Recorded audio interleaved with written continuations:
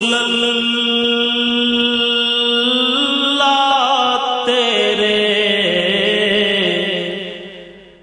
در کی فضاؤں کو سلام۔ الحمدللہ رب العالمین والصلاة والسلام علی سید الاولین والآخرین سیدنا و نبینا مولانا محمد وعلی آلہ واصحابہ اجمعین اما بعد۔ محترم ناظرین کرام، السلام علیکم ورحمۃ اللہ۔ اللہ تبارک و تعالیٰ کے فضل و کرم سے آج 12 ربیع الاول ہے، چہارشنبے کا آج کا دن ہے، 12 ربیع الاول تاریخ ہے، اور یہ 12 ربیع الاول کی تاریخ حضور سرور کائنات صلی اللہ علیہ وسلم کی ولادت کی تاریخ ہے۔ ہجری سال میں جب کبھی 12 ربیع الاول آتا ہے تو ہم دیکھتے ہیں کہ ساری دنیا میں بسنے والے مسلمان خوشیاں مناتے، سارے باضابطہ کاموں کو چھٹی دی جاتی ہے، کھانے پکوائے جاتے ہیں اور شربتیں تقسیم کی جاتی ہے، مکانات کو روشن کیا جاتا ہے، گلیوں کو سجایا جاتا ہے، سڑکوں پر جھنڈے لگائے جاتے ہیں اور سارا علاقہ ایک خوشگوار ماحول میں تبدیل ہو جاتا ہے۔ جدھر دیکھو خوشیاں ہی خوشیاں نظر آتے ہیں، سارے مسلمان ایک دوسرے کو مبارکباد دیتے ہیں۔ انداز سب کے الگ الگ ہوتے ہیں خوشی منانے کے، لیکن ہر وہ شخص اور ہر وہ صاحب ایمان جو اپنے قلب میں حضور صلی اللہ علیہ وسلم کی محبت رکھتا ہے، وہ حضور صلی اللہ علیہ وسلم کے آمد کے دن کو یاد کر کے خوشی مناتا ہے۔ محترم ناظرین کرام، اسی مناسبت سے تھوڑا سا ہم حضور صلی اللہ علیہ وسلم کی ولادت مبارکہ سے متعلق کچھ گفتگو آج کے اس پروگرام میں کریں گے۔ حضور اکرم صلی اللہ علیہ وسلم کی ولادت مبارکہ کوئی عام ولادت نہیں تھی، بلکہ ایک جشن کا ماحول تھا، اور ساری کائنات کے لیے حضور صلی اللہ علیہ وسلم کی آمد رحمت تھی۔ اللہ تبارک و تعالی قرآن کریم میں ارشاد فرماتا ہے وَمَا أَرْسَلْنَاكَ إِلَّا رَحْمَةً لِلْعَالَمِينَ، کہ ہم نے آپ کو بے شک تمام کائنات کے لیے اور تمام جہانوں کے لیے رحمت بنا کر بھیجا ہے۔ حضور صلی اللہ علیہ وسلم کی آمد اس دنیا کے اندر صرف اس دنیا کے لیے نہیں بلکہ تمام عالموں کے لیے، تمام جہانوں کے لیے حضور صلی اللہ علیہ وسلم رحمت ہے۔ عالم ارواح کے لیے بھی وہ رحمت ہے، عالم دنیا کے لیے بھی وہ رحمت ہے، عالم برزخ کے لیے بھی وہ رحمت ہے، اور عالم محشر کے لیے بھی وہ رحمت ہے۔ اور جہاں پر حضور صلی اللہ علیہ وسلم انسانوں کے لیے رحمت ہے، وہیں پر وہ مسلمان اور غیر مسلمان کی امتیاز کرے بغیر سارے مسلمانوں کے لیے رحمت ہے، اور وہ جنات کے لیے بھی رحمت ہے، فرشتوں کے لیے بھی رحمت ہے، پتھر ہے، درخت ہے، اور چاند سورج ہے، فلک ہے، آسمان ہے، اور آسمان کے اوپر کی مخلوقات ہے اور اس کے نیچے کی مخلوقات ہے۔ یہ تمام چیزوں کے لیے حضور صلی اللہ علیہ وسلم اللہ تبارک و تعالیٰ کی رحمت ہے، اور اللہ تبارک حضور صلی اللہ علیہ وسلم کی یہ آمد، یہ رحمت اللہ تبارک و تعالیٰ کی ہی رحمت ہے کہ اللہ تبارک و تعالیٰ نے ان کو سراپا ساری کائنات کے لیے رحمت بنا کر بھیجا ہے۔ جب اتنی بڑی رحمت آئی ہے اس کائنات کے اندر تو تمام دنیا خوشی منائے گی اور تمام عالم خوشی منائے گا، اس میں کوئی دو رائے نہیں ہوگی، اس میں کوئی شک نہیں۔ محترم ناظرین کرام، یہ ایک فطرت انسانی میں یہ بات شامل ہے، اور ہر چیز کی فطرت میں یہ بات شامل ہے کہ جب اسے خوشی ملتی ہے تو وہ خوش ہو جاتا ہے۔ خوشی ملتی ہے، رحمت ملتی ہے، نعمت ملتی ہے، تو اسے خوش ہونے کے لیے کسی سے پوچھنا نہیں پڑتا کہ خوش ہونا چاہیے یا نہیں ہونا چاہیے۔ اگر میں اور آپ ایک جگہ بیٹھے رہیں اور یکایا کوئی ہمیں سرپرائز کر دے، کوئی گفٹ لا کر دے دے، اور ایک نیا بھاری قیمتی کپڑا اگر ہم کو کوئی گفٹ کر دے، سرپرائز کر دے، تو کیا اس وقت ہم کو کوئی دارالفتاء جا کر پوچھنا پڑتا ہے کہ کیا مجھے گفٹ ملا ہے اس پر میں خوشی منا سکتا ہوں یا نہیں منا سکتا ہوں؟ سوال کرنا پڑے گا۔ یا کسی کے گھر بچہ پیدا ہو جائے تو وہ مسکرانے سے پہلے کسی مولانا سے رجوع ہو جائے کہ میں مسکرا سکتا ہوں یا نہیں مسکرا سکتا ہوں، اس میں کیا معاملہ ہے؟ دیکھیے محترم ناظرین کرام، جہاں پر خوشی ملتی ہے وہاں پر خوشی ہو جاتی ہے، وہ ایک فطرت کا تقاضا ہے۔ ہاں، اگر کسی دشمن کے گھر بچہ پیدا ہوا یا کوئی دشمن طاقتور ہو گیا یا دشمن کو اگر کوئی پیسہ مل گیا، ایسی کوئی اطلاع ملتی ہے، تو یقیناً وہاں پر کوئی خوشی نہیں ہوگی۔ جس دل کے اندر کسی کے تعلق سے محبت ہوگی تو وہاں پر خوشی ہوگی، جہاں پر دل میں سادگی ہو، نہ محبت ہو، نہ غم، نہ دشمنی ہو، سو وہاں پر بھی خوشی نہیں ہوگی، کوئی تعلق ہی نہیں ہوگا، اور جہاں پر دشمنی ہو تو وہاں تو غیظ و غضب ہوگا، نفرتیں ہوں گی۔ سو کائنات کے اندر جو لوگ حضور صلی اللہ علیہ وسلم سے محبت رکھتے ہیں وہ تمام حضرات حضور صلی اللہ علیہ وسلم کے آمد کے دن کو یاد کر کے خوش ہوتے ہیں۔ دیکھیے محترم ناظرین کرام، جہاں پر انسان کو خوشی کے ملنے پر، کوئی نعمت کے ملنے پر خوشی ہوتی ہے، وہیں پر نعمت کے ملنے کا یاد آنا بھی باعث مسرت رہتا ہے۔ اگر کسی کے گھر میں کوئی تقریب ہو جائے، شادی ہو جائے، بھائی بہن کی یا خود کی اپنی شادی ہو جائے، اور اس شادی کو سال 2 سال 3 سال بھی اگر گزر جائے، اس کے بعد اگر وہ بیٹھ کر کبھی چائے پیتا پیتا یا اپنے دوست احباب سے اور بھائیوں سے گفتگو کرتے کرتے اپنے شادی کے ان لمحات کو یاد کرتا ہے کہ کتنے خوشی کا موقع تھا، کتنا اچھا ہم سجائے تھے، کتنا اچھا ہم پکائے تھے، کیا خوشی کی بات تھی، کیا اچھا جوڑا ہوا، کیا اچھا رشتہ ہوا، اور کیا خوشیاں آئے تھے، تو یقینی بات ہے کہ وہ خوشگوار ماحول میں جو وہ خوشی کی بات ہوگی تو ہر ایک کے چہرے پر مسکراہٹ ہی ہوگی، اور وہ یاد کرنے سے ذہن کو سکون ملتا ہے، دل کو اطمینان ملتا ہے، دل کو خوشی ملتی ہے، انسان اس بات پر خوش ہوتا ہے۔ سو خوشی، نعمت ملنے پر بھی خوشی ہوتی ہے اور نعمت ملنے کے یاد کرنے پر بھی خوشی ہوتی ہے۔ تو آج کیونکہ حضور صلی اللہ علیہ وسلم کے میلاد کے یاد کا دن ہے، یاد منانے کا دن ہے، سو اس مبارک لمحوں کے اعتبار سے ہم بھی خوشی میں شامل ہوتے ہیں، اور ہم بھی حضور صلی اللہ علیہ وسلم کے ولادت کے کیفیات اور دن اور تاریخ کو یاد کر انشاءاللہ تعالی اس خوشی میں ہم بھی سارے اہل ایمان کے ساتھ ہو جاتے ہیں۔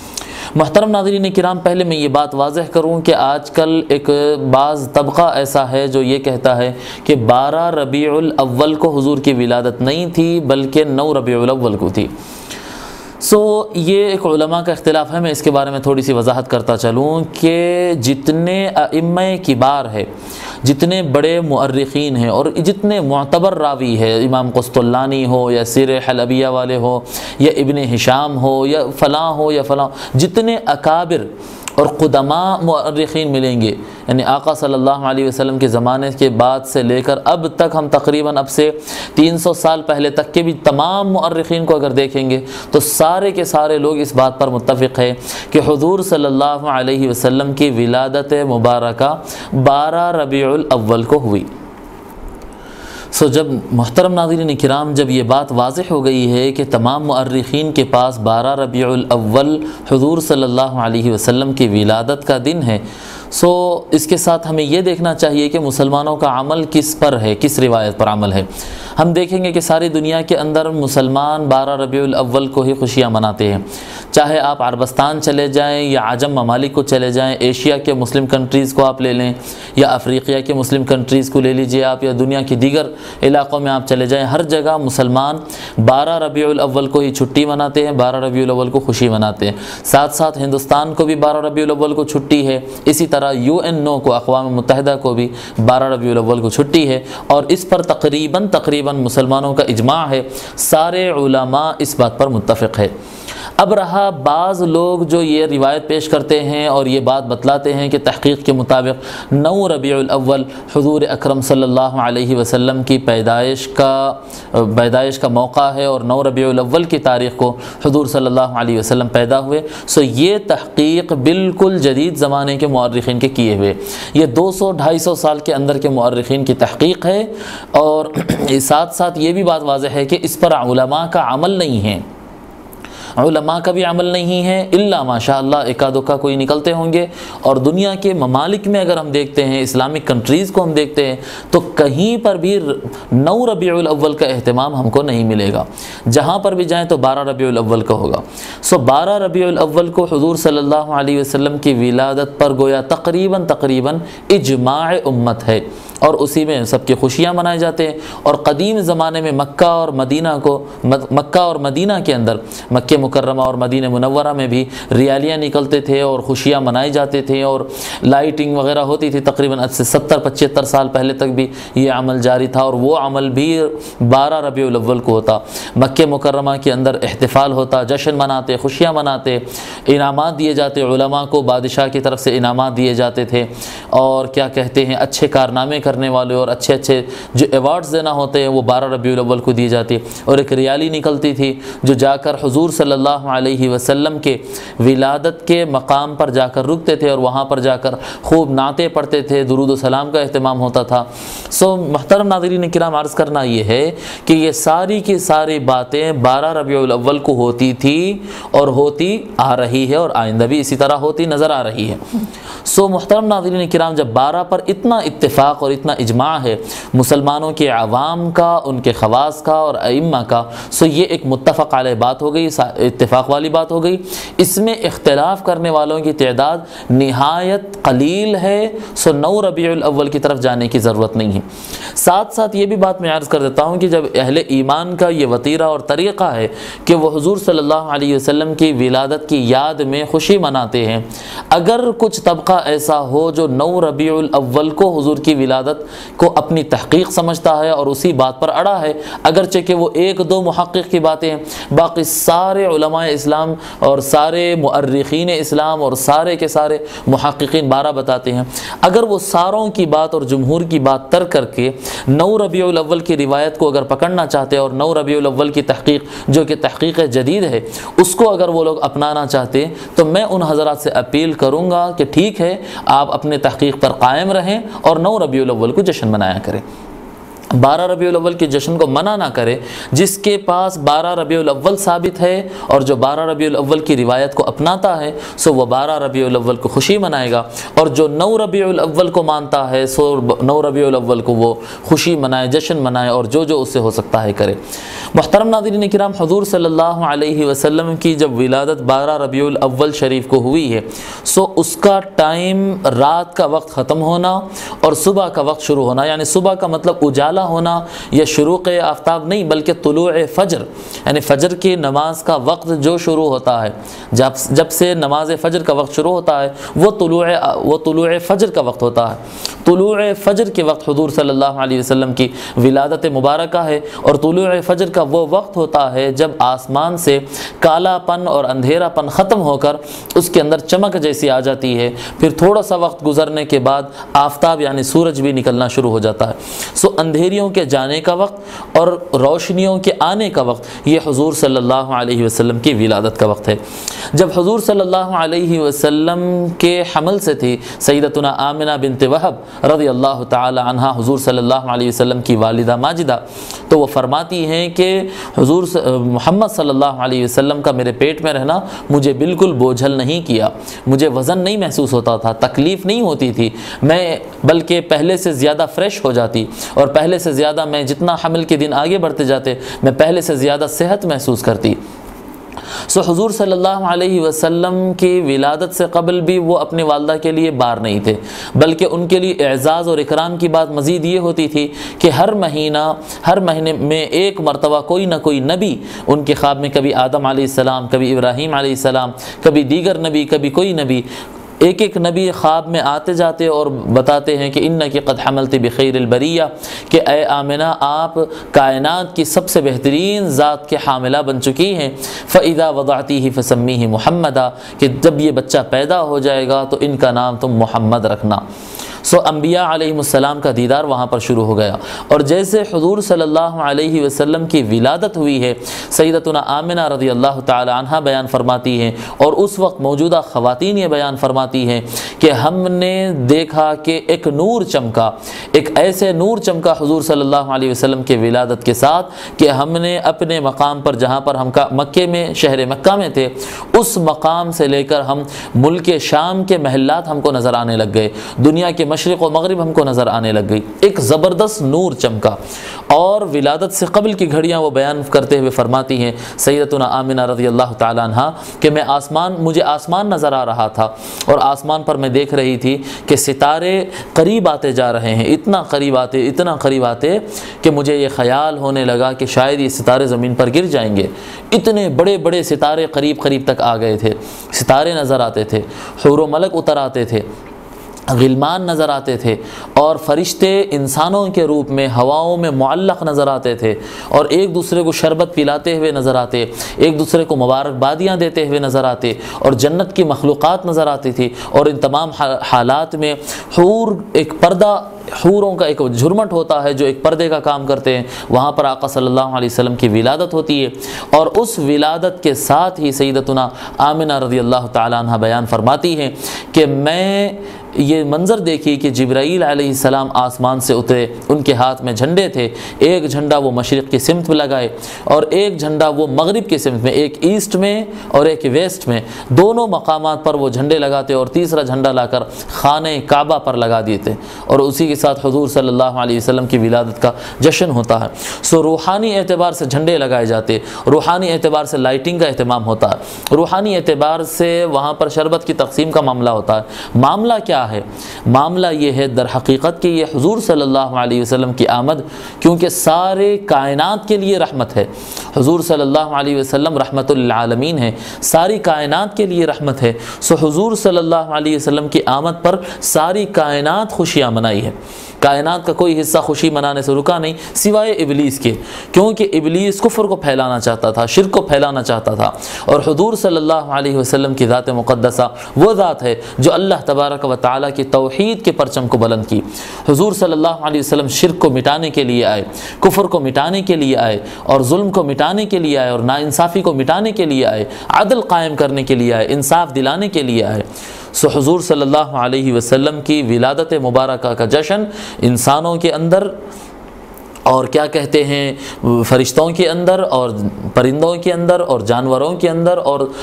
آسمانی مخلوقات کے اندر اور زمین کے اندر اور ہر مقامات پر جو خشک سالی اور قحط پڑ چکا تھا مکہ مکرمہ میں، ایک عرصہ دراز سے بارش نہیں ہو رہی تھی، حضور صلی اللہ علیہ وسلم کی ولادت کے ساتھ ٹھنڈی ہوائیں چلنے لگی، بارش ہونے لگی، زمین کے اندر ہریالی آنے لگی۔ آقا صلی اللہ علیہ وسلم کی ولادت کے ساتھ ہر طرف خوشیاں ہونے لگے سوائے ابلیس کے۔ محترم ناظرین کرام، اس روز ابلیس خوش نہیں ہوا بلکہ ابلیس رو رہا تھا، ابلیس رو رہا تھا، غم بنا رہا تھا کہ آج میں جو اتنا شرک دنیا کے اندر پھیلایا اور خانہ کعبہ میں تک لا کر میں 360 بت بٹھا دیا، آج ان تمام بتوں کو نیست و نابود کر دینے والا پیدا ہو گیا، آج سارے شرک کے قلعے کو توڑ دینے والا، قلعہ قمع کر دینے والا، وہ موحد، وہ ساری دنیا میں توحید کا نور پھیلانے والا شخص آج پیدا ہو گیا۔ سو شاعر بھی بڑا پیارا شعر کہتا ہے، جو ہلچل تھی ہو گیا۔ آپ تصور کریں کہ سارے کائنات میں جشن ہو۔ آج ہم اپنے گلی کوچوں میں روڈوں پر تھوڑا سے جھنڈیاں لگا لیتے ہیں، لائٹنگ کر لیتے ہیں، اتنا حسین منظر نظر آتا ہے۔ ہم شہر میں اپنے گھومتے ہیں، حیدرآباد کے مختلف محلات میں، دبیر پورہ، یاقوت پورہ اور کیا کہتے ہیں بارکس کے علاقوں میں گزرتے ہیں، اور لاڑ بازار کے علاقوں سے گزرتے ہیں، چار مینار مکہ مسجد سے گزرتے ہیں، مغل پورہ سے گزرتے ہیں، شہر کے مختلف علاقوں سے ہم گزرتے ہیں، دیکھتے ہیں کتنی سجاوٹ ہے۔ حالانکہ یہ تو بچوں کا کام ہے، جب فرشتے سجائے تھے تو کیسا سجائے تھے ہوں گے؟ جب اللہ تبارک و تعالیٰ کے حکم سے آسمان سے فرشتے اور حور اور غلمان اور جنت کی مخلوق نازل ہو کر جب خوشیاں منا رہی تھی تو کتنی نئی مزیدار شربت بٹے ہوں گے، کتنی نئی زبردست سجاوٹ کا اہتمام کیا ہوگا۔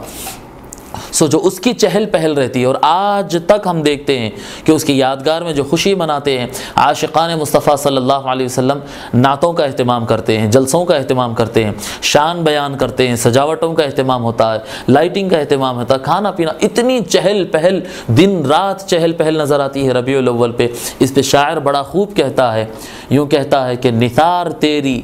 چہل پہل پر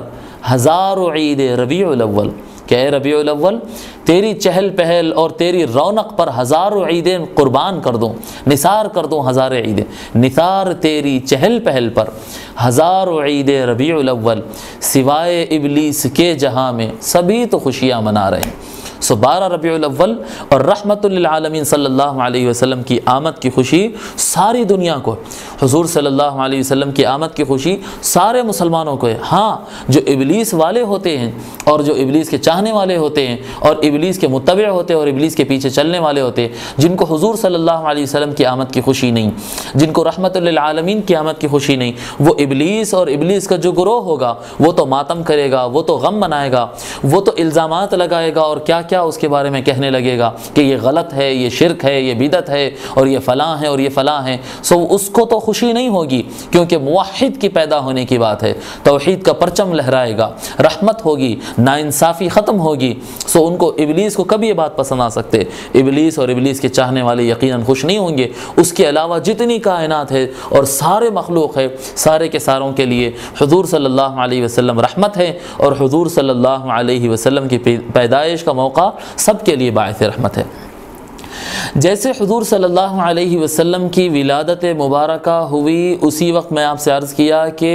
اس دن کا معاملہ یہ تھا کہ سارے بت جو خانہ کعبہ کے اندر 360 روایتوں میں آتا ہے کہ 360 بت کو بٹھایا گیا تھا، ایک بارش کا بت ہوتا تھا، ایک سورج کا بت ہوتا تھا، اور ایک فلاں کا بت، ایک فلاں کا بت، سارے کے سارے بت اس دن منہ کے بل گر گئے تھے۔ اور روایتوں میں آتا یہاں تک نہیں، بلکہ جس مکان میں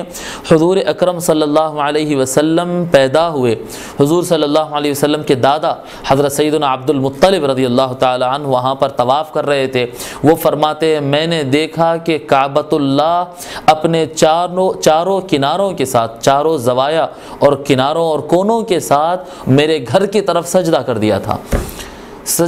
تھا۔ محترم ناظرین کرام، اس سے خیال شرک کی طرف نہ جائے، نہ ایسا خیال نہ آئے۔ حضور صلی اللہ علیہ وسلم کو تعظیم کے لیے انسانوں اور جنات کو سجدہ کرنے کی اجازت نہیں ہے۔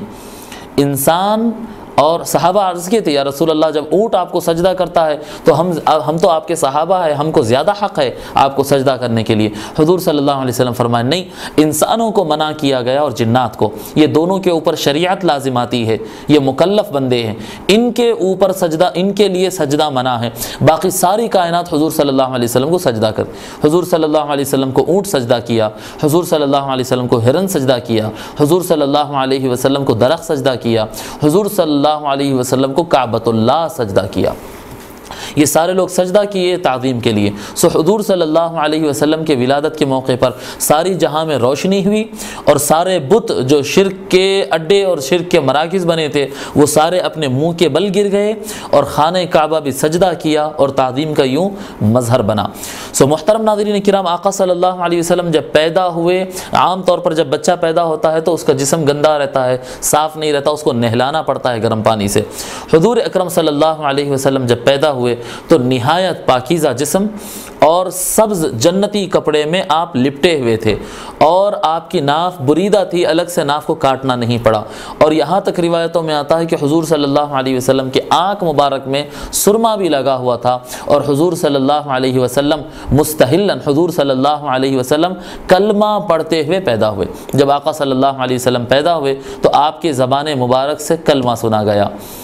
حضور صلی اللہ علیہ وسلم کی ولادت عام ولادتوں کی طرح نہیں ہے، بلکہ ایک خاص ولادت ہے۔ اور حضور صلی اللہ علیہ وسلم کی ولادت کے موقع پر سیدتنا آمنہ بنت وہب رضی اللہ تعالیٰ عنہ حضور صلی اللہ علیہ وسلم کی والدہ کو، حضور صلی اللہ علیہ وسلم کی والدہ ماجدہ کو کسی قسم کی کوئی تکلیف نہیں ہوئی، کیونکہ حضور صلی اللہ علیہ وسلم کسی کو تکلیف دینے کے لیے آئے ہی نہیں ہیں، بلکہ وہ تو لوگوں میں جان ڈالنے کے لیے آئے ہیں، خوشیاں بانٹنے کے لیے آئے ہیں، رحمت بننے کے لیے آئے ہیں۔ آقا صلی اللہ علیہ وسلم کی ولادت کے بعد سیدتنا حلیمہ رضی اللہ تعالیٰ عنہ، حلیمہ سعدیہ جو حضور صلی اللہ علیہ وسلم کی دائی ہے، ان کا اونٹ سب سے کمزور تھا۔ جب حضور صلی اللہ علیہ وسلم کو وہ گود میں لے کر اس اونٹ پر سوار ہوتی ہے تو دیکھتے ہیں کہ وہ سب سے کمزور اونٹ سب سے آگے چلنے لگتا ہے۔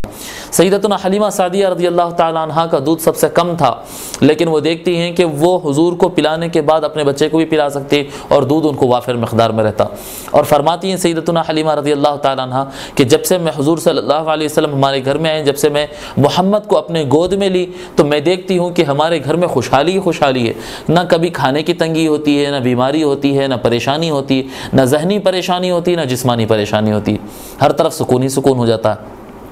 اسی کے ساتھ آپ شفا شریف پڑھیں، قاضی عیاض رحمۃ اللہ علیہ لکھتے ہیں کہ حضور صلی اللہ علیہ وسلم کی بچپن میں پرورش ان کے چچا حضرت ابو طالب رضی اللہ تعالیٰ عنہ کرتے تھے۔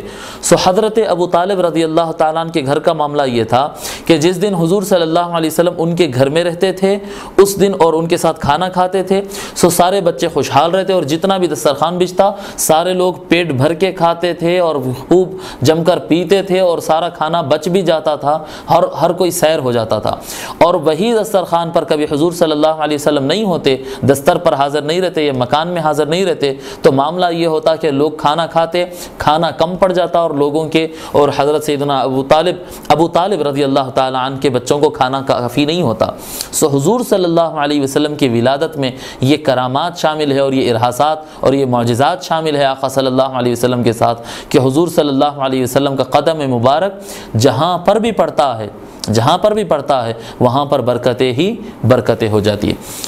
محترم ناظرین کرام، آج 12 ربیع الاول ہے۔ آج کے اس دن ہمیں خوب اہتمام کرنا چاہیے۔ سب سے پہلے تو یہ اہتمام ہم سے ہونا چاہیے کہ جہاں تک ممکن ہو، اگر زیادہ تھکنا نہ ہو اور زیادہ کام نہ ہو، ممکن اگر ہو تو اس دن روزہ رکھ لیا جائے کہ حضور صلی اللہ علیہ وسلم اپنی ولادت کی خوشی میں روزہ رکھا کرتے تھے۔ مسلم شریف کی روایت ہے، حضور صلی اللہ علیہ وسلم سے پوچھا گیا کہ یا رسول اللہ یہ پیر کا روزہ کیسا ہے جو آپ روزہ رکھتے ہیں؟ حضور صلی اللہ علیہ وسلم ارشاد فرماتے ہیں ذالک یوم ولدت فی، وہ ایسا دن ہے کہ اس دن میری ولادت ہوئی۔ سو حضور صلی اللہ علیہ وسلم کی ولادت کی خوشی میں اگر شکرانے کے طور پر اللہ تبارک و تعالیٰ کے لیے روزہ رکھا جاتا ہے سو یہ میلاد کے اور آقا کی آمد پر ایک زبردست شکرانہ ہوگا اور اللہ کو یہ عمل پسند ہوگا۔ یہ عمل حضور صلی اللہ علیہ وسلم کی سنت ہے۔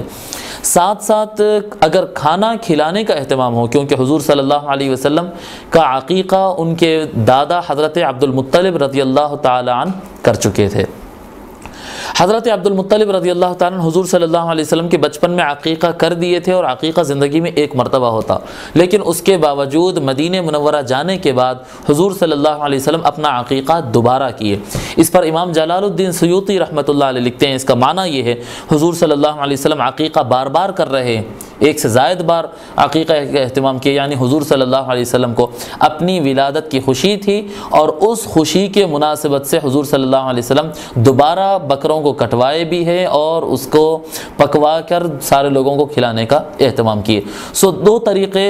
حضور صلی اللہ علیہ وسلم کے ولادت کے موقع پر دو طریقے اپنانا شکرانے کے طور پر وہ سنت ہوں گے، ایک روزہ رکھنا سنت ہوگا اور دوسرا کھانا کھلانا سنت ہوگا۔ اس کے علاوہ جتنے طریقے ہوتے ہیں، شربت بنا کر بانٹنا اور لائٹنگ کا اہتمام کرنا اور جھنڈوں کا لگانا اور ریالیوں کا اہتمام کرنا، نعت خوانی کے محفلیں سجانا اور جتنے اس کے علاوہ کام ہوتے ہیں، سارے مستحب کام ہے اور پسندیدہ کام ہے، اور ان تمام کاموں پر اللہ تبارک و تعالیٰ کی طرف سے عظیم اجر ہوگا کہ کوئی بھی کرنے والا یہی تصور کر کے کرے گا کہ اللہ تبارک و تعالیٰ کی آج کے دن 12 ربیع الاول کے دن اللہ تبارک و تعالیٰ نے ایک ایسی نعمت اور ایسی سب سے بڑی رحمت جو سارے جہانوں کے لیے رحمت، ایک ایسی رحمت ہم کو عنایت فرمایا کہ وہ رحمت اگر ہم کو نہیں ملتی، اگر وہ آقا کی رحمت ہم کو نہیں ملتی تو ہم کو قرآن نہیں ملتا، ہم کو کلمہ نہیں ملتا، ہم کو اسلام نہیں ملتا، ایمان نہیں ملتا، ہم کو جو کچھ ملی ہے، دنیا کی ہدایت ہو یا آخرت کی شفاعت ہو یا جنت میں داخلہ ہو، یہ سارا کا سارا عمل اللہ تبارک و تعالی حضور صلی اللہ علیہ وسلم کو ہمارے درمیان مبعوث کرنے اور ہمارے درمیان پیدا کرنے کی وجہ سے ہی ہم کو ملا ہے۔ اگر آقا تشریف نہ لاتے تو یہ دنیا اندھیریوں میں ہوتی اور شرک میں ہوتی۔ لوگ کہتے ہیں کہ بھئی اللہ تو یہ دوسروں سے بھی یہ کام لے سکتا تھا، اللہ تبارک و تعالیٰ تو قدرت رکھتا ہے، وہ حضور کے علاوہ دوسروں سے بھی کام لے سکتا تھا۔ لے سکتا تھا مگر لیا تو نہیں، لیا تو اگر کسی اور سے لیتا تو اس کی تعظیم کی جاتی، مگر اللہ تبارک و تعالیٰ یہ منصب کسی اور کو نہیں دیا، یہ منصب صرف اور صرف اللہ تبارک و تعالیٰ حضور صلی اللہ علیہ وسلم کے لیے خاص کر دیا۔ جو اہل ایمان ہیں آج خوشی مناتے ہیں۔ میں اپنی طرف سے اور MQTV کی طرف سے، ہمارے پروگرام اسلام کی روشنی کی طرف سے تمام ناظرین کو مبارکباد دیتا ہوں کہ 12 ربیع الاول مبارک ہو، آمد رحمت للعالمین مبارک ہو، عید میلاد النبی صلی اللہ علیہ وسلم مبارک ہو، عید الاعیاد مبارک ہو، تمام عالم اسلام کو مبارک ہو، سارے جہانوں کو مبارک ہو۔ وما علینا الا البلاغ، والسلام علیکم ورحمۃ اللہ وبرکاتہ۔ یا رسول اللہ تیرے